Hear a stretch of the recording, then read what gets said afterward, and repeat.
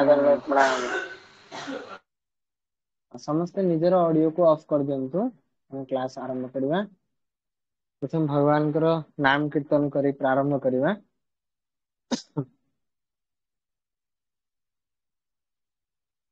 जय राधा माधव कुंज बिहारी, जय राधा माधव कुंज बिहारी, गोपी जन वल्लभ गिरिवरधारी, गोपी जन वल्लभ गिरिवरधारी, यशोदानंदन व्रज जनार्दन, यशोदानंदन व्रज जनार्दन, यमुना तीरावनचारि, यमुना तीरावनचारि, जय राधा माधव कुंज बिहारी, जय राधा माधव कुंज बिहारी। हरे कृष्णा कृष्णा कृष्णा हरे हरे, हरे राम राम राम हरे हरे, हरे कृष्णा कृष्णा कृष्णा हरे हरे, हरे राम राम राम हरे हरे। जय जय प्रभुपाद प्रभुपाद, जय जय प्रभुपाद, जय गुरुदेव जय जय गुरुदेव, निताय गौर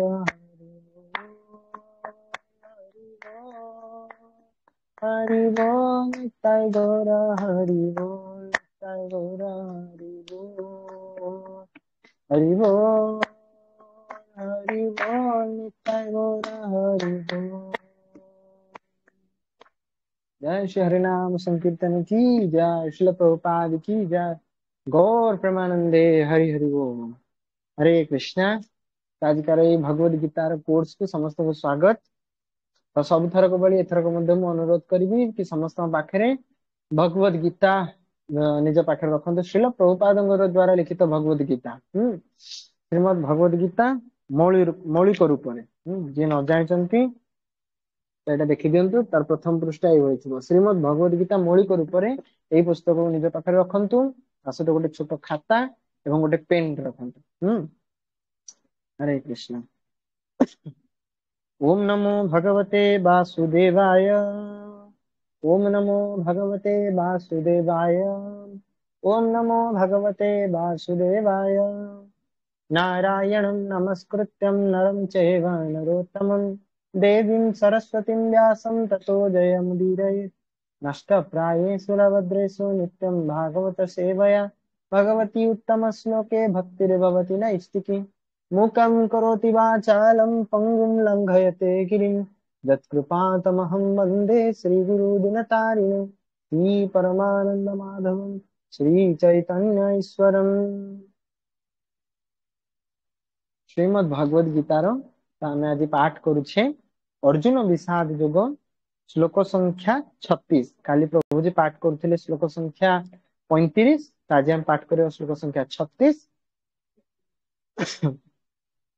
पापमेवाश्रये दस्मान् हत्वेतान् आततायिनः, तस्मान्नाहा वयं हन्तुं धार्तराष्ट्रान् स बान्धवान्। स्वजनं हि कथं हत्वा सुखिनः स्याम माधवः। पापमेवाश्रये दस्मान् हत्वेतान् आततायिनः, तस्मान्नार्हा वयं हन्तुं धार्तराष्ट्रान् स बान्धवान्। स्वजनं हि कथं हत्वा सुखिनः श्याम माधव। पाप पापमेवाश्रयेदस्मान् हत्वेतान् आततायिनः। तस्मान्नार्हा वयं हन्तुं धार्तराष्ट्रान् सबान्धवान्। स्वजनं हि कथं हत्वा सुखिनः श्याम माधव। এই ଶ୍ଳୋକର ଶବ୍ଦାନୁବାଦ ଏଇଭଳି ରହିଛି।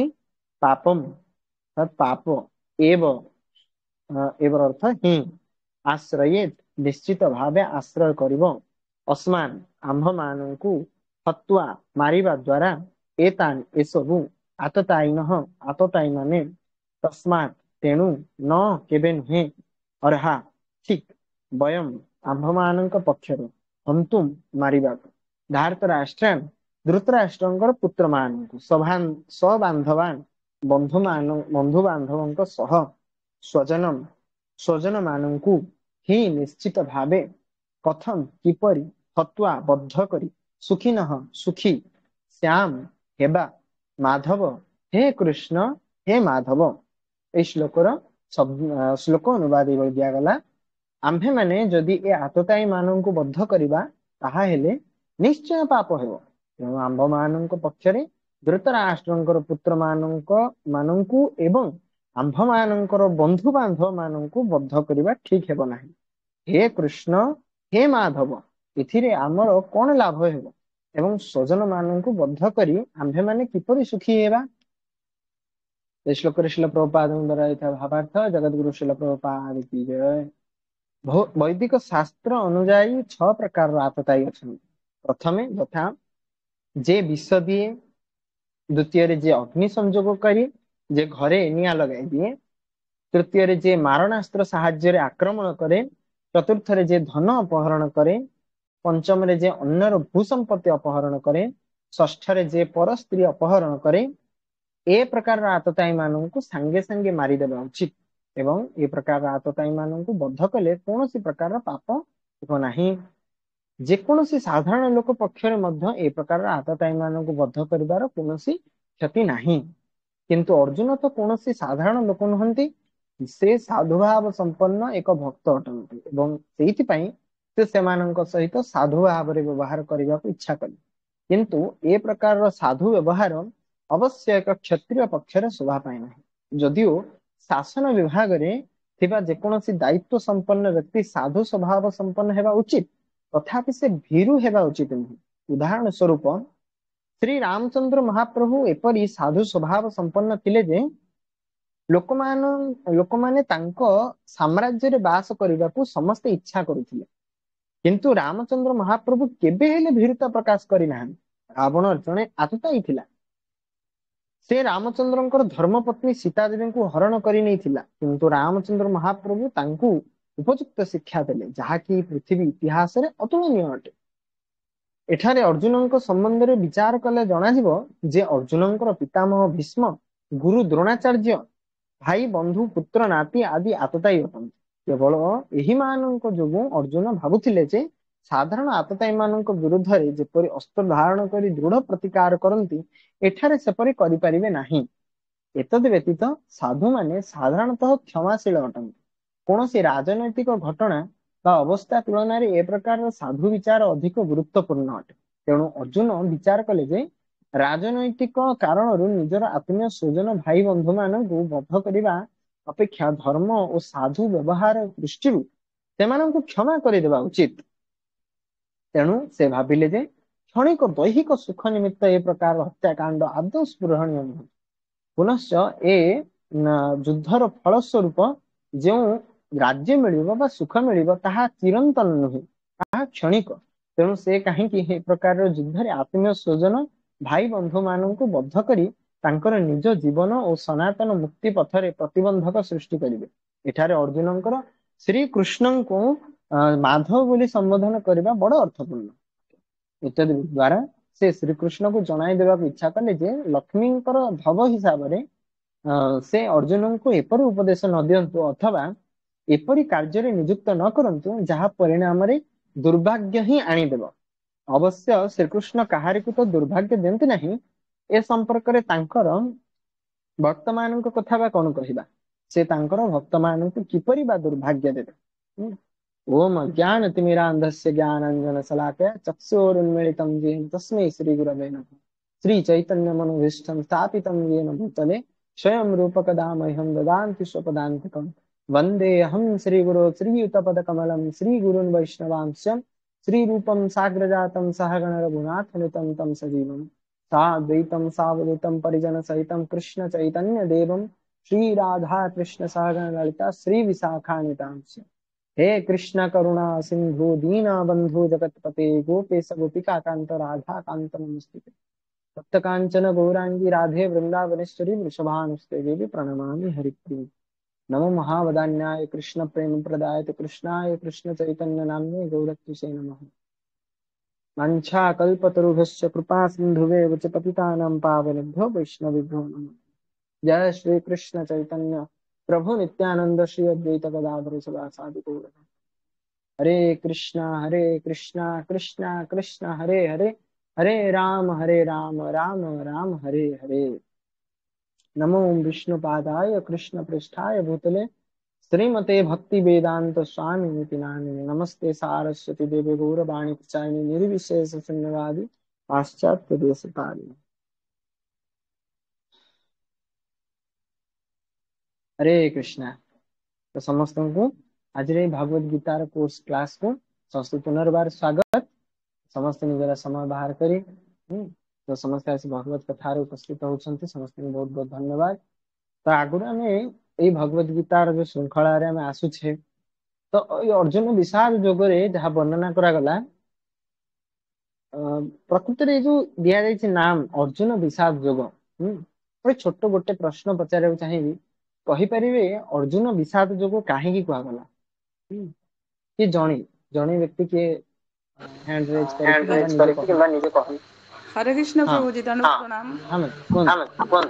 जिते अर्जुन युद्ध क्षेत्र में उपस्थित हेले से गृहस्थ जीवन में थिले किंतु निजर बंधु ज्ञाति कुटुंब बा परिजन मान को बध करने से इच्छा प्रकाश करनथिले तेणु से विषाद भरा मन में थिले एवं कृष्ण को मना करथिले। अच्छा तेणुक से जेतु विषाद मनग्रस्त थिले तेणुकरी यही अध्यायर नाम अर्जुन विषाद जोग बोली कहगला। कारण प्रारंभ अर्जुन कन्फ्यूज्ड मोड रे अछन से चिंता करि पारनांती कोटा धर्म कोटा अधर्म।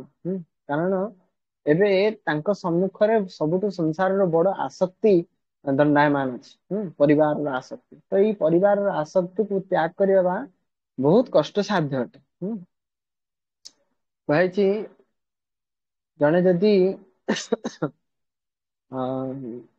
भगवान कृष्ण चरणार बिंदरे से समर्पित नुहे ताले से परिवार आसक्ति को त्याग कर जिते मनुष्यर मृत्यु हुए तो से कौन हुए जिते देहरु आत्मा अलग हो जाए ता आत्मा बाहर थाए एवं से देखु थाए निजर परिवार निजर पुत्र निजर पत्नी निजर परिवार बंधु कुटुंब समस्ते ता पाखरे बसी कांदुछंती।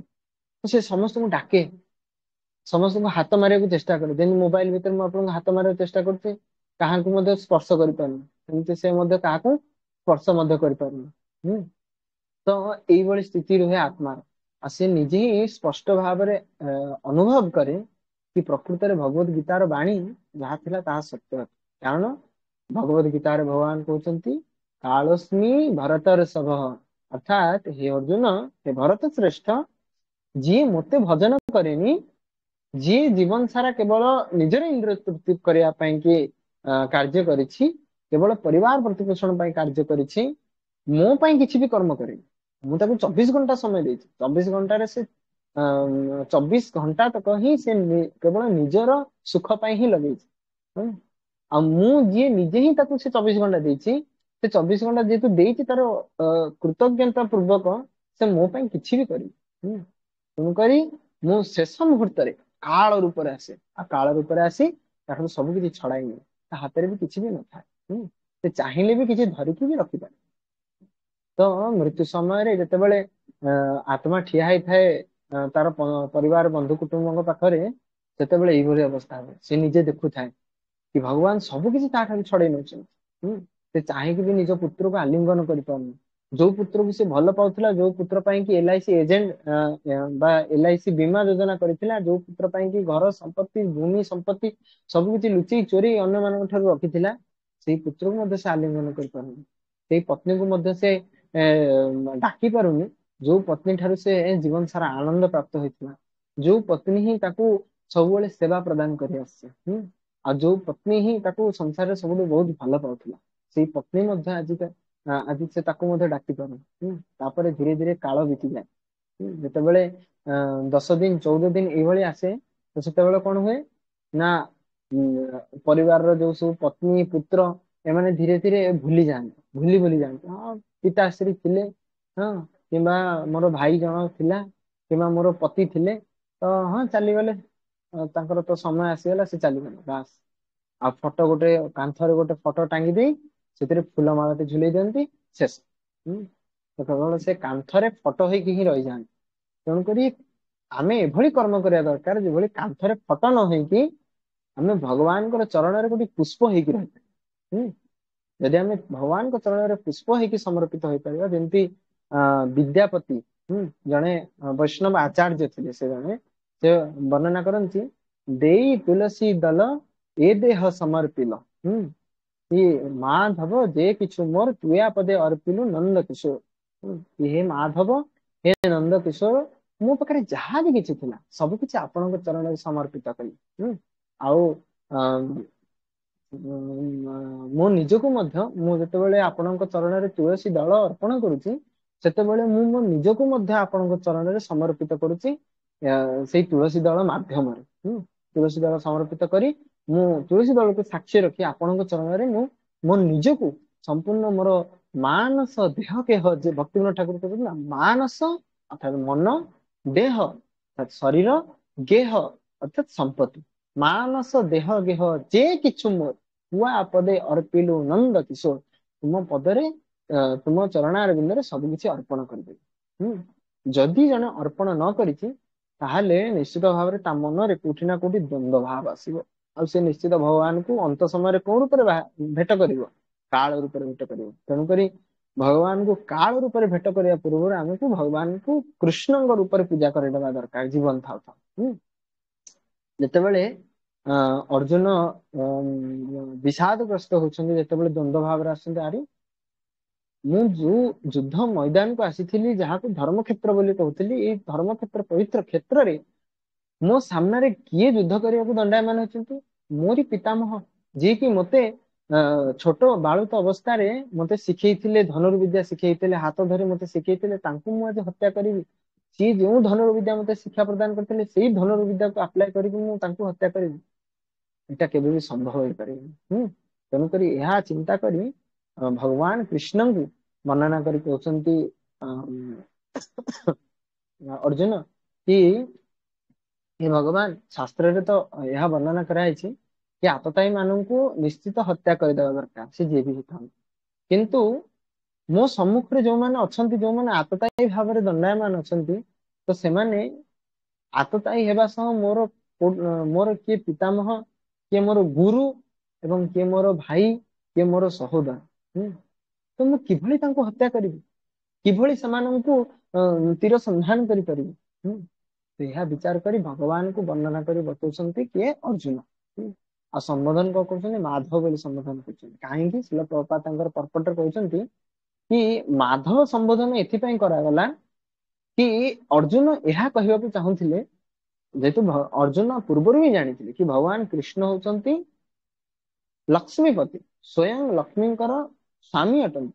ତେଣୁକରି ଯଦି ମୁଁ କୃଷ୍ଣଙ୍କୁ ରଗେଇ ଦିଏ, ତାହେଲେ ହୁଏତ ମୋ ପାଖରୁ ବିଜୟଶ୍ରୀ ବା ମୋ ପାଖରୁ ଲକ୍ଷ୍ମୀ ଦେବୀ ଛାଡିକି ନ ଯାଆନ୍ତୁ। ତ ସେଥିପାଇଁ କି ମାଧବ ବୋଲି ସମ୍ବୋଧନ କରି କହୁଛନ୍ତି କି ହେ ମାଧବ, ଦୟାକରି ମୁଁ ଯୋଉ ପ୍ରଶ୍ନ ପଚାରିଲି, ସେ ପ୍ରଶ୍ନରେ ଏଭଳି ଉତ୍ତର ପ୍ରଦାନ କରନ୍ତୁ ଯେମିତି ମୋର କଲ୍ୟାଣ ହବ। ଏଭଳି ଉତ୍ତର ପ୍ରଦାନ ନ କରନ୍ତୁ ଯେମିତି ମୁଁ ଲକ୍ଷ୍ମୀ ଛଡା ହେଇଯିବି। ତେଣୁକରି ଅର୍ଜୁନ ବହୁତ ଚାଲାକ ଥିଲେ, ଯେହେତୁ ଭକ୍ତ ଥିଲେ, ତେଣୁକରି ଅର୍ଜୁନ ମାଧବ ବୋଲି ସମ୍ବୋଧନ କରି ଭଗବାନ କୃଷ୍ଣଙ୍କୁ ଏଇଭଳି ପ୍ରଶ୍ନ ପଚାରୁଛନ୍ତି। ଏଇ ଯୋଉ ଆତତାୟୀର କଥା ଉଠିଲା, ଆତତାୟୀର କଥା ବର୍ଣ୍ଣନା କରିବା ପୂର୍ବରୁ ଗୋଟେ କଥା କୁହାଗଲା କି କାହିଁକି ଅର୍ଜୁନ ଆତତାୟୀଙ୍କ ସମ୍ବନ୍ଧରେ ବର୍ଣ୍ଣନା କରୁଛନ୍ତି। ଏଇ ଯୋଉ ଅର୍ଜୁନ ଯୁଦ୍ଧ କ୍ଷେତ୍ର ଉପରେ ଦଣ୍ଡାୟମାନ ଅଛନ୍ତି, ଧନୁର ବାଣ ଗାଣ୍ଡିବ ହସ୍ତରେ ଧାରଣ କରିଛନ୍ତି, ରଥ ଉପରେ ଉପସ୍ଥାପିତ ଅଛନ୍ତି, ତ ଏଥିରୁ ଜଣା ପଡୁଛି କି ଅର୍ଜୁନ ଜଣେ ନିଶ୍ଚିତ କ୍ଷତ୍ରିୟ ଅଟନ୍ତି। ଆଉ ଅବଶ୍ୟ ଅର୍ଜୁନ ଜଣେ କ୍ଷତ୍ରିୟ ହିଁ ଥିଲେ, କିନ୍ତୁ ଅର୍ଜୁନଙ୍କର ଯୋଉ ସ୍ୱଭାବ ରହିଛି ସେଥିରୁ ଜଣା ପଡୁଛି କି ଅର୍ଜୁନ ସାଧୁ ସ୍ୱଭାବ, ତେଣୁକରି ଆତତାୟୀ ମାନଙ୍କୁ ହତ୍ୟା କରିବା କଥା ସେ କହୁଛନ୍ତି। ଯେହେତୁ ଅର୍ଜୁନ ଜଣେ କ୍ଷତ୍ରିୟ ଥିଲେ, ତ କ୍ଷତ୍ରିୟର ଗୁଣ ହଉଛି ଯୁଦ୍ଧ କ୍ଷେତ୍ରରେ ସଂଗ୍ରାମ କରି ନିଜର ପ୍ରଜାମାନଙ୍କୁ ସୁରକ୍ଷା ପ୍ରଦାନ କରିବା ବା ନିଜର ପ୍ରଜାମାନଙ୍କୁ ନ୍ୟାୟ ପ୍ରଦାନ କରିବା। କିନ୍ତୁ ଅର୍ଜୁନ ଏବେ ନିଜର ପରିବାରର ଆସକ୍ତିରେ ପଡି ତ ସମ୍ପୂର୍ଣ୍ଣ ଭାବରେ ଦ୍ୱନ୍ଦ୍ୱରେ ପଡିଯାଇଛନ୍ତି। ଆଉ ପ୍ରକୃତରେ ମହାଭାରତ ଯୋଉ ଏତେ ବଡ ମହାକାବ୍ୟ ଲେଖାଗଲା, ଏ ମହାଭାରତ ମହାକାବ୍ୟରେ ଏହା ବର୍ଣ୍ଣନା କରାଗଲା କି କିଭଳି ଜଣେ ପାରିବାରିକ ଆସକ୍ତିରୁ ମୁକ୍ତ ହୋଇପାରିବ। ପାରିବାରିକ ଆସକ୍ତି ହଉଛି ସଂସାରର ସବୁଠୁ ବଡ ଆସକ୍ତି। ଯେତେବେଳେ ଆପଣ ଦେଖିବେ ପ୍ରଥମେ ମହାରାଜ ପାଣ୍ଡୁ, ତ ତାଙ୍କର ପ୍ରଥମେ ପାରିବାରିକ ଆସକ୍ତିର ଦର୍ଶନ କରାଯାଉଛି ମହାଭାରତ ଗ୍ରନ୍ଥରେ। କି ସେ ପରିବାର ପ୍ରତି ବହୁତ ଆସକ୍ତ ହୋଇ ନିଜେ ମୃତ୍ୟୁବରଣ କଲେ। ତ ଆସକ୍ତି ହିଁ ମୃତ୍ୟୁର କାରଣ ଏଥିରୁ ପ୍ରତିପାଦିତ ହେଉଛି। ତାପରେ ପୁଣି ଆସକ୍ତି ଦେଖାଯାଉଛି ଧୃତରାଷ୍ଟ୍ରଙ୍କ ନିଜର ପୁତ୍ର ମାନଙ୍କ ପ୍ରତି, ଏବଂ ତା ଦ୍ଵାରା କଣ ହେଲା ନା ଧୃତରାଷ୍ଟ୍ରଙ୍କର ମଧ୍ୟ ସମ୍ପୂର୍ଣ୍ଣ ବଂଶ ଲୋପ ପାଇଗଲା, ତା ସହିତ ନିଜର ପୁତ୍ର ମାନେ ମଧ୍ୟ ମୃତ୍ୟୁବରଣ ପ୍ରାପ୍ତ ହେଲେ। ତ ଏଥିରୁ ଜଣାଯାଉଛି ଯଦି ଜଣେ ଆସକ୍ତି କରୁଛି ସେ ନିଜେ ତ ମରିବ ସୁନିଶ୍ଚିତ, ତା ସହିତ ଯାହା ପ୍ରତି ସେ ଆସକ୍ତି କରୁଛି ସେମାନେ ମଧ୍ୟ ନିଶ୍ଚିତ ଧ୍ୱଂସ ପ୍ରାପ୍ତ ହେବେ। ତ ଆସକ୍ତି ବହୁତ ଭୟଙ୍କର ଜିନିଷ। ଆସକ୍ତି ହେଉଛି ଗୋଟେ ପ୍ରକାରର କୋରୋନା ମହାମାରୀ। ସେ ଯାହାକୁ ଧରିବ ତାକୁ ବି ମାରିବ, ଆଉ ଯାହା ଠାରୁ ବି ବାହାରିବ ତାକୁ ବି ମାରିବ। ତ ଦୁଇଟି ଯାକ କୂଳକୁ ନାଶ କରିଦିଏ ଆସକ୍ତି। ତେଣୁକରି ମନରେ ଆସକ୍ତି କାହାଙ୍କ ପ୍ରତି ପୋଷଣ କରିବା ଦରକାର? ଭଗବାନ କୃଷ୍ଣଙ୍କ ପ୍ରତି ପୋଷଣ କରିବା, ଯାଦ୍ୱାରା କି ଭଗବାନ କୃଷ୍ଣ ତ କେବେ ମୃତ୍ୟୁବରଣ କରିବେ ନାହିଁ। ଆଉ ଭଗବାନ ସ୍ୱୟଂ କହୁଛନ୍ତି କି ଭଗବତ ଗୀତାରେ କି କୌନ୍ତେୟ ପ୍ରତିଜାନ ହିଁ ନମେ ଭକ୍ତ୍ୟା ପ୍ରଣଶ୍ୟ, କି ମୋ ଭକ୍ତ ମାନଙ୍କର କେବେ ବି ପତନ ହୁଏନାହିଁ। ତେଣୁକରି ଭଗବାନ ଯେତେବେଳେ କହୁଛନ୍ତି କି ମୋ ଭକ୍ତ ମାନଙ୍କର କେତେବେଳେ ପତନ ହବ ନାହିଁ, ତେଣୁକରି ଆମେ ଭଗବାନ କୃଷ୍ଣଙ୍କର ଏଇ ସିଦ୍ଧାନ୍ତରେ ଆମେ ଉପନୀତ ହବା। ଭଗବାନ କୃଷ୍ଣଙ୍କର ଯେହେତୁ ମୃତ୍ୟୁ ନାହିଁ, ତେଣୁକରି ଭଗବାନ କୃଷ୍ଣଙ୍କ ପ୍ରତି ଆସକ୍ତି କଲେ ନା ଭଗବାନ କୃଷ୍ଣଙ୍କର ମୃତ୍ୟୁ ହବ ନା ଆମ ମାନଙ୍କର ମୃତ୍ୟୁ ହବ। ଯେହେତୁ ଆମେ ଭଗବାନ କୃଷ୍ଣଙ୍କର ଭକ୍ତ, ତେଣୁକରି ଆମର କେବେ ମୃତ୍ୟୁ ହବାର ନାହିଁ। ଆଉ ଯେହେତୁ ଭଗବାନ କୃଷ୍ଣ ସ୍ୱୟଂ ହଉଛନ୍ତି ଅଧକ୍ଷଜ, ତେଣୁକରି ସ୍ୱୟଂ ମହାକାଳ ଅଟନ୍ତି, ତେଣୁକରି ଭଗବାନ କୃଷ୍ଣଙ୍କର ବି ମୃତ୍ୟୁ ହବ ନାହିଁ। ତେଣୁକରି ସଂସାରରେ କାହା ପ୍ରତି ଆସକ୍ତି କରିବା ଦରକାର? ପରିବାର ପୁତ୍ର କନ୍ୟା କିମ୍ବା ନିଜର ସ୍ତ୍ରୀ ପିଲାଙ୍କ ପ୍ରତି ଆସକ୍ତି ନ କରି ଆମେ ଯଦି ଭଗବାନ କୃଷ୍ଣଙ୍କ ପ୍ରତି ଆସକ୍ତି କରିବା, ତାହେଲେ ସେ ଆସକ୍ତି ହେଉଛି ପ୍ରକୃତ ଆସକ୍ତି। କିନ୍ତୁ ଅର୍ଜୁନଙ୍କର ଏଠି କୋଉ ଆସକ୍ତି ଆସିଛି? ପାରିବାରିକ ଆସକ୍ତି ଆସିଛି। ତ ଅର୍ଜୁନ ଏଠାରେ ନିଜକୁ ଦେଖୁଛନ୍ତି କି ମୁଁ ଜଣେ ସାଧୁ ଅଟେ। ପାରିବାରିକ ଆସକ୍ତିର ବାହିକୁ ଦେଇ କହୁଛନ୍ତି କି ମୁଁ ଜଣେ ସାଧୁ ଅଟେ। ତ ପ୍ରକୃତରେ ଯଦି ଆମେ ଶ୍ରୀମଦ୍ ଭଗବତ ଗୀତାରେ ଦେଖିବା, ଶ୍ରୀମଦ୍ ଭଗବତ ଗୀତାରେ ନବମ ଅଧ୍ୟାୟ 30 ନମ୍ବର ଶ୍ଲୋକରେ ଏହା ବର୍ଣ୍ଣନା କରାଯାଉଛି, ଅପିଚେତ୍ ସୁଦୁରାଚାର ଭଜନ୍ତେ ମାମ୍ ମନମ୍ୟବାକ୍ ସାଧୁରେବ ସମନ୍ତବ୍ୟ ସମ୍ୟକ୍ ବ୍ୟବସ୍ଥିତୋ ହିସଃ। ସାଧୁ କିଏ ଅଟନ୍ତି? ସାଧୁ ଅଟନ୍ତି କୋଉମାନେ? ଯୋଉମାନେ ଭଗବାନଙ୍କର ଭକ୍ତ ଅଟନ୍ତି। ଅପିଚେତ୍ ସୁଦୁରାଚାର, ଯିଏ ତା ଜୀବନରେ ଯେତେ ବଡ ପାପ କରିଥାଉ ନା କାହିଁକି, ଯେତେ ବଡ ଦୁରାଚାରୀ, ସୁଦୁରାଚାର, ଭୟଙ୍କର ଦୁରାଚାରୀ ହେଇଥାଉ ନା କାହିଁକି, ଯେତେ ବଡ କ୍ରିମିନାଲ କେସେସ୍ କରିଥାଉ, ଯେତେ ବଡ ହତ୍ୟାକାରୀ ହେଇଥାଉ, ଅପିଚେତ୍ ସୁଦୁରାଚାର ଭଜନ୍ତେ ମାମ୍ ଅନନ୍ୟବାକ୍, ମୋତେ ଯିଏ ଭଜନ, ଭଗବାନ କୃଷ୍ଣ ସ୍ୱୟଂ କହୁଛନ୍ତି ମୋତେ ଯିଏ ଭଜନ କରୁଛି, ଭଜନ୍ତେ ମାମ୍ ଅନନ୍ୟ ଭାଗ, ଅର୍ଥାତ ଅନ୍ୟ କୌଣସି ଇଚ୍ଛା ନ ରଖି ସମ୍ପୂର୍ଣ୍ଣ ନିଃସ୍ୱାର୍ଥପର ଭାବରେ ଯିଏ ମୋତେ ଭଜନ କରୁଛି, ସାଧୁରେବ ସମନ୍ତବ୍ୟ, କି ଭଗବାନ କୃଷ୍ଣ ନିଜେ କହୁଛନ୍ତି ମୋ ମତ ଅନୁସାରେ, ମୁଁ ଅନ୍ୟ କାହାର ମତ, ଅନ୍ୟ କୌଣସି ସାଧୁ, ଅନ୍ୟ କୌଣସି ସିଦ୍ଧାନ୍ତ, ଅନ୍ୟ କୌଣସି ଫିଲୋସଫିକୁ ଫଲୋ କରୁନି, ମୁଁ ମୋ ନିଜର ମତ ପ୍ରଦାନ କରୁଛି। ନିଜର ମତ ଅନୁସାରେ, ମୋ ମତ ଅନୁସାରେ ସିଏ ହିଁ ହଉଛନ୍ତି ପ୍ରକୃତରେ ସାଧୁ ପଦବାଚ୍ୟ।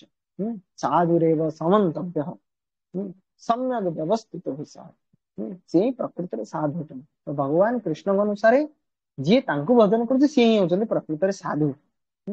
ଆଉ ଶ୍ରୀମଦ୍ ଭାଗବତମ ମଧ୍ୟ ନୋଟ କରିପାରନ୍ତି ଆପଣ ମାନେ, ଶ୍ରୀମଦ୍ ଭାଗବତମରେ ମଧ୍ୟ ତୃତୀୟ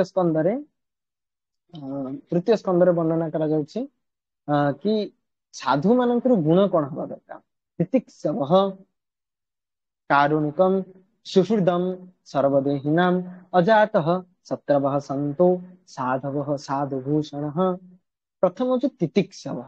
तितिक्षवर अर्थ कौन? तो सहिष्णुता भाव। जहाँ पाखे सहिष्णुतार भाव अच्छी से हूँ प्रकृत साधु। आज गेरे गेरे गेरे गेरे होथो रागी की क्रोधरे कहूथिबो से केबे भी मते साधु न। ता पाखे साधुतार कौन प्रकार भूषण ना। तेणु प्रथम साधुर प्रथम भूषण हूँ सहिष्णुता। साधुर सहिष्णुता गुण को यह भावी नवा उचित नुहे कि साधु उपरे जहाँ भी करा जाऊ से ताहाकू सही न। जेमती गोटे गप आसे थरे जने ऋषि थिले जे कि निजर ऋषि माने आगुरु जंगल रे निवास करुथिले। तांकर कुड़िया थिला, कुड़िया पाखरे एक पुष्करणी थिला। तो साधु जनक से पुष्करणी स्नान करुथिले। तो ई स्नान करबा समय रे साधु जनक देखुचंती कि जल मध्यरे अनेक सारा गोटे कंकड़ा बिछाटे जल भितर पानी भितर उल्टू की बहुत कष्ट पाऊ। तो साधु जनक कौन कले ना से कंकड़ा बिछाटी को निजर जेतु साधुर स्वभाव सहिष्णुता तो तांकू जल उठे आनी तांकू जेतेबेले उठे आनी ऊपर को आनी कि स्थल भाग छाड़े चेष्टा कर मझी भागे कंकड़ा बिछार कार्य हूँ कौन? दंशन करवा। तो कंकड़ा बिछा जेहेतु दंशन कर तो से दंशन कला साधु साधुंकर क्षत हो गला कष्ट है साधु। साधु पुणी हाथ को छाड़ी जो हाथ को छाड़ी दौरान पुणी कंकड़ा बिछाड़ी जाए पड़ जाए पानी भर पड़ जाए पुणी उल्टू पुणी कष्ट पाऊँ पुणी साधु बारंबार प्रयास करी शेष में साधु जनक ताकू बहुत कष्ट स्वीकार कर स्थल भाग छाड़ी। तो साधुंकर कर्तव्य हूँ सहिष्णुता। से निश्चित सहिष्णुतार गुण प्रदर्शन करेंगे जमी कंकड़ा बिछा साधु जनक प्रदर्शन कले। किंतु यार अर्थ नुहे कि आमे माने साधु मानू कंकड़ा बिछा रूप से काटी चलवा। जमी आजिका डेट्रे आम मैंने देखुचे बांग्लादेश रे जो घटना घटी केते साधु मान सब हत्या करागला। समस्ते हरिनाम प्रचार करते इस्कन भक्त मान हरिनाम प्रचार करते केते कष्ट प्रदान करा। किंतु साधु मानू एभली मन करवा उचित नुहे कि एमाने केवल सहिष्णु ना। तितिक्षव कारुणिक सुहृदम सर्वदेहिना। जमती कहुची जेतेबेले अधर्मर अधर्मर कौन है माने पृथ्वी पृष्ठर अधर्मर भार बहुत बढ़ीगला जो स्वयं परशुराम हस्तर परशु को धरी केवल संपूर्ण क्षत्रिय कूल को 21 बार संपूर्ण पृथ्वी संपूर्ण संहार कर बचा कुचा किसी थिले से माने समस्ते जाइए जंगल लुचि थे। किंतु यार अर्थ नुहे कि परशुराम सबू क्षत्रिय मान को ध्वंस करते ना जो मैंने पापी क्षत्रिय मान थे से नष्ट करते परशुराम। जमती कि दशरथ महाराज थे से जड़े पुण्य आत्मा थे से क्षेत्र थे किंतु से बहुत कुशल भाव से तो परशुराम द्वारा आशीर्वाद प्राप्त होती। तो यार अर्थ ये जानवा दरकार कि साधु माने केवल धर्म आचरण कर व्यक्ति मान सुरक्षा प्रदान कर अधर्मी मान सुरक्षा प्रदान कर। भक्ति सिद्धांत सरस्वती ठाकुर थे आश्रम बसी था तो से समय दले भक्त आसिक कहले कि गुरुदेव गुरुदेव आमर आश्रम बाहर एक सर्पटे ठिया हो। तो भक्ति सिद्धांत सरस्वती तुरंत आदेश देले कि से सर्पटी को तुरंत जाई विनाश कर हत्या कर। जन आश्चर्य साधु जनक एभली कौन आदेश देले तो शुद्ध साधु। तो सर्प को हत्या करने कौन प्राणी मान प्रति जीवर दया ना जमती कि कहला ना प्रथम प्रथम शब्द कौन कहला तितिक्षम सहिष्णुता भाव तापर कारुणिकम करुणार भाव सुहृदम सर्वदेहिना एवं समस्त प्रति बंधु समस्त जीव मान प्रति बंधुतार भाव रखा। तो भक्ति सिद्धांत सरस्वती ठाकुर ताहले करुणा कौन प्रदर्शन न कले सर्पंग एवं बंधुतार भाव मध्य पोषण रखा दरकार कहीं कले नहीं। तो शास्त्र रे वर्णना कराई कंकड़ा बिछा आउ सर्प ये दुईटी प्राणी को केबे भी विश्वास करने कथा नहीं। कारण जमी आम देखिले साधु जनक बारंबार जल उठा सुरक्षा देवा कंकड़ा बिछाटी को सुरक्षा देवा चेष्टा करते किंतु साधु जनक से कंकड़ा बिछा कौन करते ना काटी चलता। तो कंकड़ा बिछा केबे तार धर्म को भूल कंकड़ा बिछार धर्म हूँ ସେ କାଟିବେ। ସର୍ପର ମଧ୍ୟ ଧର୍ମ ହଉଛି ସେ ଦଂଶନ କରିବେ। ତେଣୁକରି ଶାସ୍ତ୍ର ନିୟମ ଅନୁସାରେ କଙ୍କଡା, ବିଛା ଏବଂ ସର୍ପକୁ କେବେ ବି ତାକୁ କ୍ଷମା ପ୍ରଦର୍ଶନ କରିବା ଉଚିତ ନୁହେଁ। ଆଇଦର ରେସ୍କ୍ୟୁ ଟିମ୍ କୁ ଡାକି ତାକୁ ବାହାର କରିକି କୁଆଡେ ଜଙ୍ଗଲରେ ନେଇ ଛାଡିଦବ, ନଚେତ ତାକୁ ସେଇଠି ଶେଷ କରିଦବ। କାରଣ ସର୍ପ ମାନଙ୍କର କାହିଁକି କରାଗଲା, ସର୍ପ ମାନେ ଯେତେବେଳେ ଶ୍ରୀମଦ୍ ଭାଗବତମରେ ବର୍ଣ୍ଣନା କରାଉଛି, ଶ୍ରୀମଦ୍ ଭାଗବତମର ପ୍ରଥମ ସ୍କନ୍ଧରେ ପରୀକ୍ଷିତ ମହାରାଜ ଯେତେବେଳେ ସେ ଜଣେ ମହାନ ରାଜା ଥିଲେ, କିନ୍ତୁ ତକ୍ଷକ ନାମକ ଏକ ସର୍ପ ଆସି ତାଙ୍କୁ ଦଂଶନ କରିଥିଲା କୌଣସି ଋଷିଙ୍କର ଅଭିଶାପ ଯୋଗୁ। ସେ ସର୍ପ ଯେହେତୁ ଆସି ଶୁଦ୍ଧ ଭକ୍ତଙ୍କୁ ଦଂଶନ କରିଥିଲା, ତେଣୁକରି ସର୍ପ କୂଳ ହିଁ ସମ୍ପୂର୍ଣ୍ଣ ଭାବରେ ଅଭିଶପ୍ତ ହୋଇଗଲା। ତେଣୁକରି ସର୍ପ ଯେକୌଣସି ସ୍ଥାନରେ ସେ ରହିଲେ ମଧ୍ୟ ସେ କେବଳ ହତ୍ୟାର ଯୋଗ୍ୟ ରହିବ। ତେଣୁକରି ଏହା ଶାସ୍ତ୍ରର ବାଣୀ ଅଟେ। ଆଉ ଯେମିତି ସାଧୁର ଭୂଷଣ କଥା କହୁଥିଲେ, 3ଟା ଭୂଷଣ ଗଲା, ସମ୍ପୂର୍ଣ୍ଣ ଆମେ 6ଟା ଭୂଷଣ ଆଲୋଚନା କରିବା। ତିତିକ୍ଷବ, କାରୁଣିକ, ସୁହୃଦମ ସର୍ବଦେହି ନାମ, ଅଜାତ ଶତ୍ରବ, ଅର୍ଥାତ୍ ଯାହାଙ୍କର ଜନ୍ମରୁ ହିଁ ମଧ୍ୟ କେହି ଶତ୍ରୁ ଜାତ ହଉନାହାନ୍ତି, ସିଏ ହଉଛନ୍ତି ସାଧୁ। ଅଜାତ ଶତ୍ରବ, ଶାନ୍ତ, ସମ୍ପୂର୍ଣ୍ଣ ଭାବରେ ଧୀର ଗମ୍ଭୀର ଶାନ୍ତ ଅଟନ୍ତି। ଆପଣ ମାନେ ଆସିଥିବେ ଯେତେବେଳେ ଶିଲ ଗୁରୁ ମହାରାଜ କିମ୍ବା ଶିଲ ପ୍ରଭୁପାଦଙ୍କୁ ଆପଣ ମାନେ ଭିଡିଓରେ ଦେଖୁଥିବେ, କିମ୍ବା ଲେକ୍ଚର ଆମର ପ୍ରତ୍ୟେକ ଦିନ ହଉଛି ସେଥିରୁ ଶ୍ରବଣ କରୁଥିବେ, ବହୁତ ବହୁତ ବଡ ବଡ ପରିସ୍ଥିତି ସେଥିରେ ସମ୍ପୂର୍ଣ୍ଣ ଭାବରେ ଶାନ୍ତ। ଏଇ ରିସେଣ୍ଟଲି ଗୋଟେ ଟପିକ ଡିସ୍କସନ କରୁଥିଲେ, ତ ଶିଲ ପ୍ରଭୁପାଦ ଏବଂ ତମାଲ କୃଷ୍ଣ ଗୋସ୍ୱାମୀ ମହାରାଜ, ଆମର ପରମ ଆରାଧ୍ୟ ଗୁରୁଦେବ ତମାଲ କୃଷ୍ଣ ଗୋସ୍ୱାମୀ ମହାରାଜ ଏବଂ ଶିଲ ପ୍ରଭୁପାଦ, 2 ଜଣ ଯାକ ଯାଇଛନ୍ତି କୋଉଠି ପଞ୍ଜାବର ଏକ ପଞ୍ଜାବ ନୁହେଁ, ଆମର ତ୍ରିବେଣୀ ସଙ୍ଗମରେ ଯାଇକି ପ୍ରଭୁପାଦ ବସିଛନ୍ତି। ନିଜର ଟେଣ୍ଟ ବନ୍ଧା ହେଇଛି, ପ୍ରଭୁପାଦ ତା ଭିତରେ ବସିଛନ୍ତି। ଅନେକ ସାରା ଭକ୍ତ ମାନେ ଆସିଛନ୍ତି। ତାଙ୍କୁ ଦର୍ଶନ ଦେଇ ସାରି ଯେତେବେଳେ ସବୁ ଭକ୍ତ ମାନେ ପଳେଇଲେ, ଟେଣ୍ଟ ପୁରା ଫାଙ୍କା, ଭିତରେ କିଏ ଅଛନ୍ତି? ଶିଳ ପ୍ରଭୁପାଦ ଆଉ ତମାଲ କୃଷ୍ଣ ଗୋସ୍ୱାମୀ ମହାରାଜ। ତ ତମାଲ କୃଷ୍ଣ ଗୋସ୍ୱାମୀ ମହାରାଜ ଶିଳ ପ୍ରଭୁପାଦଙ୍କର ପର୍ସନାଲ ଆସିଷ୍ଟାଣ୍ଟ ଥିଲେ। ତ ତାଙ୍କର ବେଡିଂ ପତ୍ର ସବୁ ବାନ୍ଧୁଥିଲେ ଶିଳ ପ୍ରଭୁପାଦଙ୍କର ଯିବା ପାଇଁ, କାରଣ ଯିବାର ସମୟ ହେଇଗଲାଣି। ସେଇ ସମୟରେ ବହୁତ ସାରା ଯାହା କୁହନ୍ତି ନା, ପଞ୍ଜାବରେ ଯୋଉ ଥାନ୍ତି ଭୁଜାଲି ଧରିକି ଶିଖ ଏଇ ଶିଖ ଧର୍ମାବଲମ୍ବୀ ମାନେ, ଶିଖ ମାନେ ବହୁତ ସାରା, ବା କୁହାଯାଏ କି 200 ଶିଖ, ଏମାନେ ସମସ୍ତେ ଆସିକି ସେ ଟେଣ୍ଟକୁ ଘେରାଉ କରିନେଲେ। ଏବଂ ତାଙ୍କର ଶିଖର ଯିଏ ହେଡ୍ ଥିଲେ, ସେ କଣ କଲେ ନା ସିଧା ଟେଣ୍ଟ ଭିତରୁ ପଶିଗଲେ। କାହିଁକି? କାରଣ ଦିଲ୍ଲୀରେ ଯୋଉ ଲ୍ୟାଣ୍ଡ ଥିଲା, ବା ବୃନ୍ଦାବନର ଯୋଉ ଲ୍ୟାଣ୍ଡ ଥିଲା, ସେଟା ଟିକେ କଣ୍ଟ୍ରୋଭର୍ସିଆଲ ଚାଲିଥିଲା। ତ ସେଇ ସମୟରେ ତମାଲ କୃଷ୍ଣ ଗୋସ୍ୱାମୀ ମହାରାଜକୁ ଦାୟିତ୍ୱ ଦିଆଯାଇଥିଲା ତାଙ୍କୁ ପେମେଣ୍ଟ କରିବା ପାଇଁ। କିନ୍ତୁ ଜଣେ ଥାର୍ଡ ପାର୍ଟି ଥିଲା, ଯିଏକି ଇସ୍କନ ଠାରୁ ପେମେଣ୍ଟ ଆଣିକି ସେ ଶିଖ ମାନଙ୍କୁ ପ୍ରଦାନ କରୁଥିଲେ, ଯେହେତୁ ଶିଖ ମାନଙ୍କର ଏଟା ଲ୍ୟାଣ୍ଡ ଥିଲା, ସେ ଏରିଆ ଥିଲା। ତ ଯେତେବେଳେ ଇସ୍କନ କଣ କରିଥିଲା ନା, ବା ତମାଲ କୃଷ୍ଣ ଗୋସ୍ୱାମୀ ମହାରାଜ ସବୁ କିଛି ଯାହା ଲକ୍ଷ୍ମୀ ହେଇଥିଲା ସବୁ କିଛିକୁ ଡିପୋଜିଟ କରିଦେଇଥିଲେ ସେଇ ଥାର୍ଡ ବ୍ୟକ୍ତିଙ୍କ ପାଖରେ। ଏବଂ ସେ ଥାର୍ଡ ବ୍ୟକ୍ତି କଣ କରିଥିଲେ ନା 50% ଦେଇଦେଇକି ଆଉ 50% ନିଜ ପକେଟରେ ଦେଇଥିଲେ। ଏଟା ଜଣା ନଥିଲା ଇସ୍କନକୁ। ଶିଳ ପ୍ରଭୁପାଦଙ୍କ ଯେତେବେଳେ ହଠାତ୍ ଆସି ସେମାନେ ଉପସ୍ଥିତ ହେଇଗଲେ, ସେମାନେ କହିଲେ हमारा पैसा किधर है, हमारा पैसा हमें लौटाओ। तो तमाल कृष्ण गोस्वामी महाराज पूरा डरिकी छानिया ହେଇଗଲେ। ଶିଳ ପ୍ରଭୁପାଦ ଶାନ୍ତ ଭାବରେ ବସିଥିଲେ। ଶିଳ ପ୍ରଭୁପାଦ ଅନେଇଲେ ତମାଲ କୃଷ୍ଣ ଗୋସ୍ୱାମୀ, ତମାଲ କୃଷ୍ଣ ଗୋସ୍ୱାମୀ ମହାରାଜ କହିଲେ ପ୍ରଭୁପାଦ ଆମେ ସବୁ କିଛି ଡିପୋଜିଟ କରିଦେଇଛୁ, ଏଇଟା ଆମର ବଣ୍ଡ ପେପର। ବଣ୍ଡ ପେପର ଦେଖେଇଲେ। ବଣ୍ଡ ପେପର ଯେତେବେଳେ ଦେଖେଇକି ଶିଖଙ୍କୁ କହିଲେ କି ଦେଖନ୍ତୁ ଆମେ ସବୁ ପଇସା ଡିପୋଜିଟ କରିଦେବୁ, ଶିଖ କଣ କଲେ ନା ସେ ବଣ୍ଡ ପେପରକୁ ଫାଡ଼ିଦେଲେ। ଫାଡ଼ିଦେଇ କହିଲେ ଆମେ କିଛି ଜାଣିନୁ, ଆମକୁ 50% ମିଳିଛି, ଆଉ 50% ଆପଣ ଆମକୁ ଏବେ ଦିଅନ୍ତୁ, ନହେଲେ ଆମେ 200 ଶିଖ ଏଠି ବସିଛୁ, ଆପଣଙ୍କୁ ଘେରାଉ କରିଛୁ, ଆପଣଙ୍କୁ ସିଧା ମାରିଦେବୁ, ଏଇଠି ସଫା କରିଦେବୁ।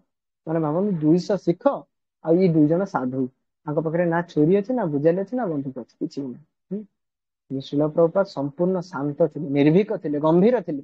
ସେ ସିଧା ଉଠିଲେ ବ୍ୟାସସନରୁ, ବାଡି ଧରିଲେ, ତାଙ୍କର ଯେମିତି ପ୍ରଭୁପାଦ ତାଙ୍କର ହିରୋଇଷ୍ଟିକ ଷ୍ଟାଇଲରେ ସେ ଚାଲିବା ଆରମ୍ଭ କଲେ।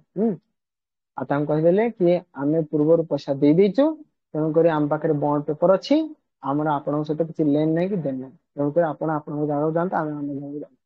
200 ଶିଖ ଖଣ୍ଡା ଧରିକି ଠିଆ ହେଇଛନ୍ତି, ପ୍ରଭୁପାଦ ତାଙ୍କ ମଝିରେ ଚାଲିକି ଯାଉଛନ୍ତି। ତମାଲ କୃଷ୍ଣ ଗୋସ୍ୱାମୀ ମହାରାଜ ଭୟରେ ତାଙ୍କ ପଛପଟେ, ପ୍ରଭୁପାଦ ପଛପଟେ ଥର ଯାଉଛନ୍ତି।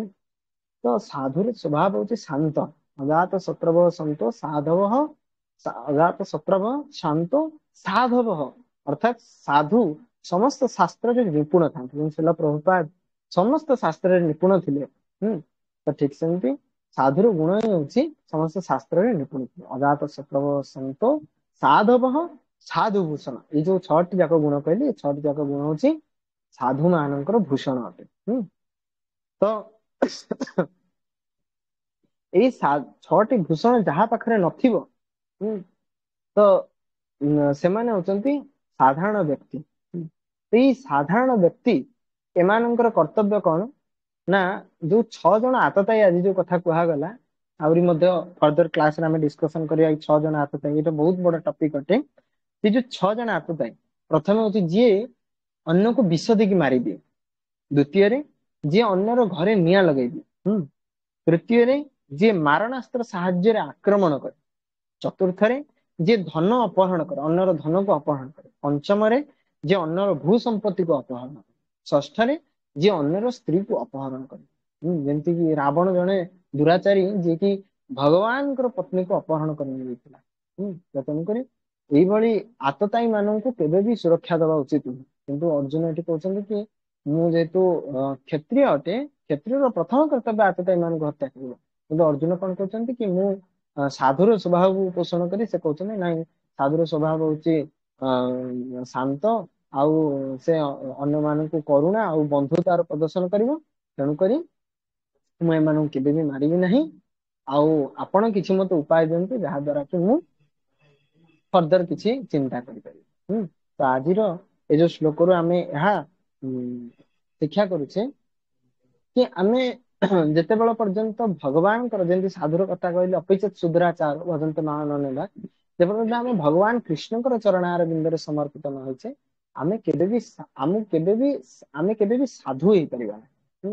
तो प्रथम कृष्ण भावना भितर आमे साधु होबाक पड़िबो।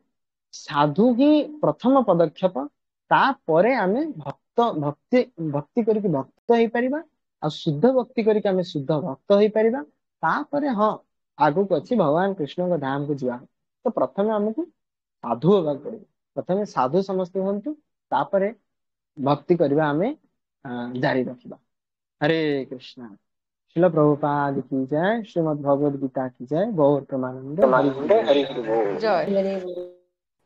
तो 2-3 प्रश्न नबा कांकर मात्र 2-3 प्रश्न नबा 1-2 मिनिट भीतर उत्तर दबा कि पचारिबे।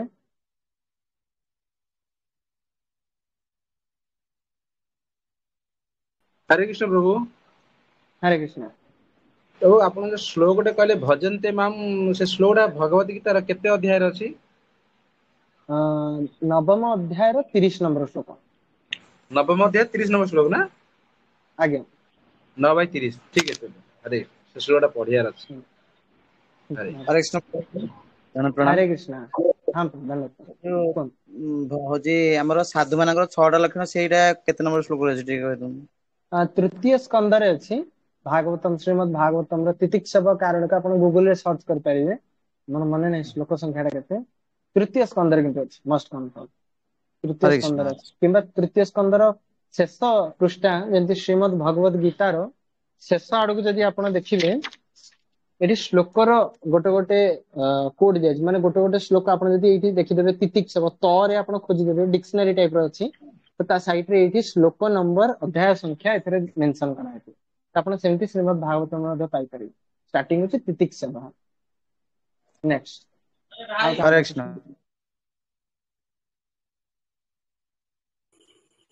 हरे कृष्ण प्रभु जी दंडवत प्रणाम। हरे कृष्ण धन्यवाद प्रभु जी। जो आमर परिवार भी जदि वैष्णव माने समस्ते रहउचंती जेमती जदि परिवार भितर केतेबेले केमती मनांतर होउची सेटा भी हमको अपराध लागियो कि प्रभु जी? देखंतु परिवार भितर जदि सेमाने वैष्णव अटंती सेमाने जदि जप करछंती ताहले मतांतर केतेबेले हुए मतांतर तो हवा स्वाभाविक। सिंचिला प्रभुपाद कहंती कि किचन रूम भीतर अनेक सारा बर्तन रखा है कंसा ताटिया बर्तन रखा है तो रखा है माने निश्चित ठन ठन शब्द करिवो। तेणुक आम परिवार भितर अच्छु माने निश्चित ठन ठन शब्द करू किंतु आमे एभली व्यवहार करया दरकार एभली आमर विनम्रता जेंति आमे जेते मंदिर को आसुचे ତ ସାଧାରଣତଃ ମୁଁ ଯେତିକି ଦେଖିଛି କି ଆମେ ମାନେ ଯେହେତୁ ନାଲି ବସ୍ତ୍ର ପରିଧାନ କରିଛେ ତ ସାଧାରଣ ଭାବରେ ଅନ୍ୟ ଭକ୍ତ ମାନଙ୍କର ଯୋଉମାନେ ବି ନୂଆ ଆସିଛନ୍ତି କିମ୍ବା ଯୋଉମାନେ ବି ଆସୁଛନ୍ତି ମନ୍ଦିରକୁ ଭକ୍ତ ମାନେ ସେମାନଙ୍କର ବହୁତ ରେସ୍ପେକ୍ଟ ଥାଏ। ତ ମୋର ଏଇଟା ମଧ୍ୟ ଆଶା ରହେ କି ଘରେ ମଧ୍ୟ ଗୋଟେ ବୈଷ୍ଣବକୁ ସମସ୍ତଙ୍କ ପ୍ରତି ସେଇଭଳି ସମ୍ମାନର ଭାବ ପୋଷଣ କରିବା କଥା। ଘରେ ବି ଯେତେବେଳେ ଆମେ ନିଜର ଜ୍ଞାତି କୁଟୁମ୍ବ ମାନଙ୍କୁ ମଧ୍ୟ ବୈଷ୍ଣବ ଆକାରରେ ଦେଖିବା, ଯୋଉଟା ଅର୍ଜୁନ ଭୁଲ କରୁଥିଲେ କି ସେ କାହା କୋଉ ଉଦ୍ଦେଶ୍ୟରେ ଦେଖୁଥିଲେ କି ସେ ନିଜର ଜ୍ଞାତି କୁଟୁମ୍ବ ହିସାବରେ ଦେଖୁଥିଲେ, ସେ ଆତତା ହିସାବରେ ଦେଖୁନଥିଲେ। ତେଣୁକରି ସେମିତି ଆମ ମାନଙ୍କୁ ପରିବାର ମଧ୍ୟରେ ଯେହେତୁ ସେମାନେ ବୈଷ୍ଣବ ଅଟନ୍ତି ଜପ କରୁଛନ୍ତି, ଆମେ ତାଙ୍କର ପ୍ରକୃତ ଆଇଡେଣ୍ଟିଟି ଯୋଉଟା ହଉଛି ବୈଷ୍ଣବ, ସେଇ ବୈଷ୍ଣବ ଆକାରରେ ତାଙ୍କୁ ଦେଖିବା। ଯଦି ଆମେ ଦେଖିବା ବୈଷ୍ଣବ ଆକାରରେ ଆମର କେବେ ବି ତାଙ୍କ ପ୍ରତି ଅପରାଧ ହେବ, କାରଣ ଆମେ ସବୁବେଳେ ତାଙ୍କୁ ରେସ୍ପେକ୍ଟ ଦବା। ଆଜ୍ଞା ସେଇଟା ହିଁ ପ୍ରଭୁ। ତାର ସଲ୍ୟୁସନ। ଆଜ୍ଞା ପ୍ରଭୁ, ହରେ କୃଷ୍ଣ। ହରେ କୃଷ୍ଣ। ଆଉ କାହାଙ୍କର କିଛି ପ୍ରଶ୍ନ? ଆଉ ଗୋଟିଏ ପ୍ରଶ୍ନ ନେବା, ଶେଷ କରିବା। हरे कृष्ण प्रभु जी, दंडवत प्रणाम। हरे कृष्ण प्रभु, दंडवत प्रणाम। कुहନ୍ତୁ। प्रभु जी, आपण कहले जे एई जो दुष्ट जीवଙ୍କୁ केभे भी विश्वास करिवनी, साप एई जो मिछा कंकड़ा बिछा। ଆଜ୍ଞା। प्रभु जी एबे मु हिमदी नजରରେ ଗୋଟେ ସିଡି ଘରୁ ଓହ୍ଲେଇଲା ବେଳକୁ ସାପଟା ଜଷ୍ଟ ପାଉଛରେ କିନି ମାଡି ଦେଇଥାନ୍ତି, ତ ସେ ମୁଁ ଭୟରେ ସେଠୁ ଭାଗ୍ୟ ଭଲ ପାଦ ପଡିଲାନି, ତାକୁ ପିଟିକିନି ମାରିଦେଲି। କହିଲି ଫୋନ କରିବା ନାଗି ଆପଣଙ୍କୁ ସେଦିନ ଲାଗିଲାନି, ଫୋନ ଉଠେଇଲେନି ପ୍ରଭୁଜୀ କଣ। ହେଠୁ ଅନେଇନି ମୁଁ କହିଲି ନା ୟାକୁ ଛାଡିବାର ନାହିଁ, ଯାହାହେଲେ ବି ଆର ବୋଧେ ମୃତ୍ୟୁ ଯୁଗ ଅଛି ଆଉ। ତାକୁ ପ୍ରଭୁଜୀ ମାରିଦେଲି, ଏଇଟା କଣ ଅପରାଧ ହବ କି? ନା, ଅପରାଧ ନାହିଁ, କାରଣ ଶାସ୍ତ୍ରରେ ହିଁ କ୍ଲିୟରଲି ମେନସନ କରାହଉଛି କି କଙ୍କଡା ବିଛା ଆଉ ସର୍ପକୁ ଏମାନଙ୍କୁ ହତ୍ୟା କରିଦେବା ଆବଶ୍ୟକ। କାରଣ ସର୍ପ ମାନଙ୍କର ସ୍ଥାନ ଏ ଭୂ ଲୋକରେ ନୁହେଁ, ସର୍ପ ମାନଙ୍କର ସ୍ଥାନ ହଉଛି ସୁତଳ ଲୋକ, ସରି ସର୍ପ ମାନଙ୍କର ସ୍ଥାନ ହଉଛି ରସାତଳ। ତ ରସାତଳରେ ହିଁ ସବୁ ସର୍ପ ମାନଙ୍କୁ ନିବାସ କରିବାକୁ ବ୍ରହ୍ମଦେବ ତାଙ୍କୁ ଆଦେଶ ପ୍ରଦାନ କରିଥିଲେ। କିନ୍ତୁ କେତେ ଜଣ ସର୍ପ ଅଛନ୍ତି ଯୋଉମାନେ କି ଦୁଷ୍ଟ ସ୍ୱଭାବ ସମ୍ପନ୍ନ, ସେମାନେ ଅନ୍ୟ ସାରା ଲୋକମାନଙ୍କୁ ଭୂଲୋକ ସ୍ୱର୍ଗ ଲୋକ ଏମାନଙ୍କୁ ସବୁ ପଦାର୍ପଣ କରି ସେମାନେ କେବଳ ଦଂଶନ ମୁଡରେ ହିଁ ସେମାନେ ରହିଥାନ୍ତି। ତେଣୁକରି ଏମାନଙ୍କୁ ହତ୍ୟା କରିଦେବା ଆବଶ୍ୟକ। ଆଜ୍ଞା ପ୍ରଭୁଜୀ, ବହୁତ ଏଇଟା ବହୁତ ନୁହେଁ କି ଧନ୍ୟବାଦ। ଖୋଜି ଖୋଜିକି ବାଡି ଧରିକି ସମସ୍ତଙ୍କୁ ହତ୍ୟା କରିବା, ନାଇଁ। ନାଇଁ ଯିଏ ନାଇଁ ଆମକୁ ପ୍ରଭୁଜୀ। ବିପଦରେ ପକେଇବାକୁ ଚେଷ୍ଟା କରୁଛି ସେମାନଙ୍କୁ ମାରିଦେବା ହରେ ଉଚିତ। କୃଷ୍ଣ ସେଇ ପ୍ରଭୁ। ଉପରେ କଙ୍କଡା ବିଛା। ଧନ୍ୟବାଦ ହରେ ପ୍ରଣାମ। କୃଷ୍ଣ ପ୍ରଭୁ। କୁହନ୍ତୁ। ହରେ ଆପଣ କହିଲେ 6 ପ୍ରକାର ଆତତାୟୀ, ହୁଁ। ଯିଏକି ଏକରେ ବିଷ ଦିଏ, ଯିଏକି ଅନ୍ୟର ଅଗ୍ନି ସଂଯୋଗ କରେ ଘରେ, ବା ମାରଣାସ୍ତ୍ର ସାହାଯ୍ୟରେ ମାରେ, ବା ନିଜର ଧନ କରେ, ବା ଭୂ ସମ୍ପତ୍ତି ହୁଁ ବା ପରସ୍ତ୍ରୀ ହରଣ କରେ। ହୁଁ ତ ଆଧ୍ୟାତ୍ମିକ ଚେତନାରେ ଏମାନଙ୍କୁ ଯଦି ଆମେ ହତ୍ୟା କରିବା, ତାହେଲେ କିଛି ଦୋଷ ଲାଗିବନି, କିଛି ପାପ ଲାଗିବନି। ନା। ଆଧ୍ୟାତ୍ମିକ ଚେତନାରେ ଯଦି ଆମେ ଭୌତିକ ଚେତନାକୁ ଯିବା, ଯଦି ଆମେ ଏ ପ୍ରକାର ଲୋକଙ୍କୁ ମାରେ, ତ ଆମକୁ ତ ଯୋଉ ଆଇନଗତ ବର୍ତ୍ତମାନର ଆଇନଗତ ସିଏ ତ ଆମକୁ କାରବାଇ କରିବେ ନା। ଦେଖନ୍ତୁ, ମୁଁ ଆଉ ଥରେ ବୁକ୍ ରେ କହିଦଉଛି ଆପଣଙ୍କୁ। ପ୍ରଥମେ ହେଲା ଯେ ବିଷ ଦିଏ, ଯିଏ ଆପଣଙ୍କୁ ବିଷ ଦେବାକୁ ମାରିବାକୁ ଚେଷ୍ଟା କରୁଛି, ତ ଆପଣ ହଁ ହ୍ୟୁମାନ ରାଇଟ ଅନୁସାରେ ଆପଣ ତା ଉପରେ କେସ୍ ମକଦ୍ଦମା କରିପାରିବେ। ଗଲା ଗୋଟେ ଆତତାୟୀ ହଁ ଦଣ୍ଡ ପାଇଲେ। ଦ୍ଵିତୀୟ ହଁ ଆତତାୟୀ ଯିଏ ଅଗ୍ନି ସଂଯୋଗକାରୀ, ଯିଏ ଆପଣଙ୍କ ଘରେ ନିଆଁ ହଁ ଲଗେଇ ଦେଇଛି, ତା ପାଇଁ ହଁ ମଧ୍ୟ ହ୍ୟୁମାନ ରାଇଟ ବି ଅଛି। ଆପଣ ଯାଇକି ଥାନାରେ ତା ପାଇଁ କେସ୍ ଫାଇଲ କରିପାରିବେ କି ଇଏ ମୋର ଭୂ ସମ୍ପତ୍ତି, ଇଏ ମୋର ଘର ସବୁ କିଛି ଜଳେଇ ଦେଇଛି, ମୋର ସମ୍ପତ୍ତି ଆଉ କିଛି ନାହିଁ ମୋ ପାଖରେ, ମୁଁ ପରିବାର ପ୍ରତିପୋଷଣ କେମିତି କରିବି, ଏ କେସ୍ ଅନୁସାରେ ଆଜ୍ଞା ଆପଣ ତାକୁ ଫସେଇ ପାରିବେ। ତୃତୀୟରେ, ହଁ ଯେ ମାରଣାସ୍ତ୍ର ସାହାଯ୍ୟରେ ଆପଣଙ୍କୁ ଆକ୍ରମଣ କରେ, ହଁ କଣ ସେଟା ତ ସେ ଆଇନର ନାଁ ଯୋଉଟା କି ହଉଛି ଆମର ନିଜକୁ ସୁରକ୍ଷା କରିବା ମରଣ ପାଇଁ ମଧ୍ୟ, ଟୁ ସେଲ୍ଫ ପ୍ରୋଟେକ୍ଟ ପାଇଁ ସେଲ୍ଫ ମଧ୍ୟ, ପ୍ରୋଟେକ୍ସନ। ହଁ ସେଲ୍ଫ ପ୍ରୋଟେକ୍ଟ ଅନୁସାରେ ଆପଣ ମଧ୍ୟ ସେଟାକୁ ଥାନାରେ କେସ୍ ଫାଇଲ କରିପାରିବେ, ଯିଏ ମାରଣାସ୍ତ୍ର ସାହାଯ୍ୟରେ ଆପଣଙ୍କୁ ଆକ୍ରମଣ କରିବାକୁ ଚେଷ୍ଟା କରୁଛି। ହଁ ଚତୁର୍ଥରେ, ଯିଏ ଧନ ଅପହରଣ କରୁଛି, ଯିଏ ଆପଣଙ୍କୁ ଧନ ହଁ ଅପହରଣ କରୁଛି ତା ନାଁରେ ତ ସିଓର ଦେବେ, କାରଣ ସେ ଆପଣଙ୍କର ହଁ ଚୋରି କରିଦେଇଛି। ପଞ୍ଚମରେ, ଯେ ଅନ୍ୟର ଭୂ ସମ୍ପତ୍ତି ଅପହରଣ କରେ, ଯିଏ ଆପଣଙ୍କର ହଁ ଭୂ ସମ୍ପତ୍ତି, ଆଜିକାଲି ଡେଟରେ ଅଧିକ ସବୁ ଭୂ ସମ୍ପତ୍ତି ଅପହରଣ ହଉଛି ନା, ତ ଅନ୍ୟର ଧନ ସେମାନଙ୍କୁ ସମ୍ପତ୍ତି ମଧ୍ୟ ତାଙ୍କ ମାନଙ୍କ ନାଁରେ ମଧ୍ୟ କେସ୍ ଫାଇଲ ହଉଛି। ଷଷ୍ଠରେ, ଆଜ୍ଞା ଯେ ଆଜ୍ଞା ପରସ୍ତ୍ରୀ ଅପହରଣ କରେ, ଯଦି ସିଏ ଆପଣଙ୍କର ହଁ ସ୍ତ୍ରୀକୁ ଅପହରଣ କରି ନେଇଛି, ସ୍ତ୍ରୀ ହୁଅନ୍ତୁ ହଁ କିମ୍ବା ପୁତ୍ର ହୁଅନ୍ତୁ ଯିଏ ବି ହୁଅନ୍ତୁ ତାଙ୍କ ନାଁରେ ମଧ୍ୟ ଆପଣ କେସ୍ ଫାଇଲ୍ କରିପାରିବେ। ତ ହଁ ଭୌତିକତା ଅନୁସାରେ ବି ଆମେ ଦେଖିବା ଯଦି 6 ଜଣଙ୍କୁ ଆମେ ଦଣ୍ଡ ଦେଇପାରିବା। ତମେ ଆଇନର ସାହାଯ୍ୟ ନେବା ଦରକାର ବର୍ତ୍ତମାନ ସମୟର ନିଶ୍ଚିତ କଥା। ନିଶ୍ଚିତ ଆଜ୍ଞା ଆଜ୍ଞା ଯେହେତୁ ଆମେ ଭୌତିକତା ଉପରେ ବିଚାର କରୁଛେ ତେଣୁକରି ଆଇନର ସାହାଯ୍ୟ ନେବା। ହରେ କୃଷ୍ଣ। ହରେ କୃଷ୍ଣ ଧନ୍ୟବାଦ। ଆଜ୍ଞା। ଶେଷ ହେଲା ନା ଆଉ କାହାଙ୍କର କିଛି ପ୍ରଶ୍ନ ଅଛି?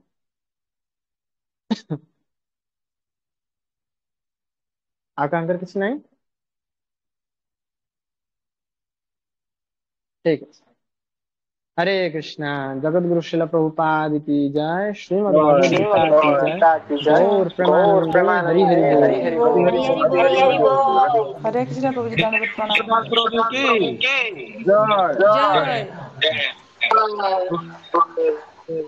हाँ। प्रभुपाद की जय।